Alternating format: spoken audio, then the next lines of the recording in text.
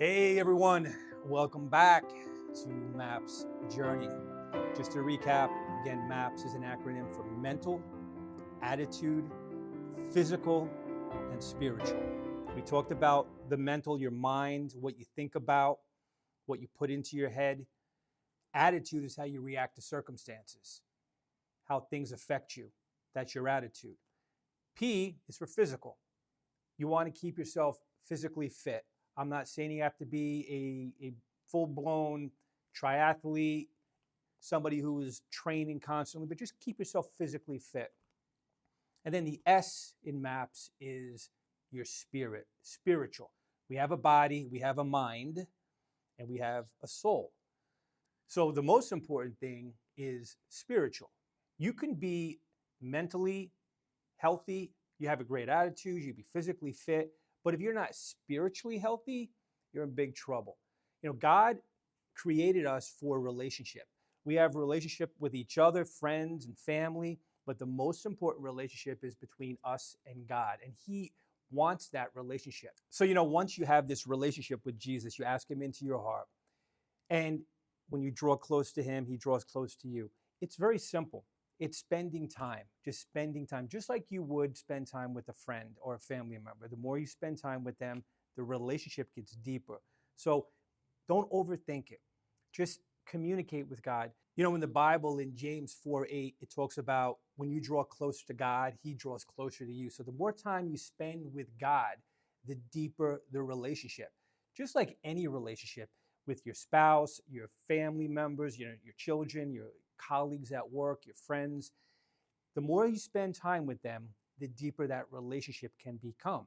So with God, He wants that relationship with you. So, I've been in sales for a long, long time, well over 30 years. And I've had many meetings with a lot of high level executives. And you know what I had to do? I had to schedule an appointment. I had to put it on the calendar. I had to see if they were available. I, as a child of God, get to communicate with God 24 hours a day, 7 days a week, 365 days a year.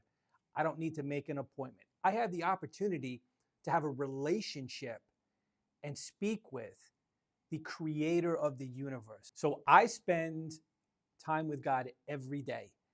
And it's not just in the morning or in the evenings. It could be when I'm driving my car or driving from place to place, just praying and speaking to God. He wants that relationship with us. And we do have a manual on how to live this life. It's God's word, and He has the Bible, His word that He's given to us.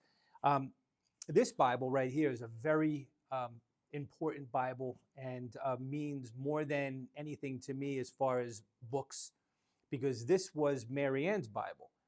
And if you were to look through this Bible, there is so many notes and things that she's written to remember different passages in the Bible, and then she then would read these and then apply them in her life. So this is a Bible that we and my children care deeply for, and we cherish this Bible. And then back in 1994, so what, 31 years ago, Marianne gifted me with this Bible. And this is back in Christmas of 1994. So December 25th, 1994. And this is my Bible. So I don't have as many handwritten notes and little notes in it like Marianne does, but one of the things that she's encouraged me to do over the years is to spend more time with God, and I'm doing that more so now.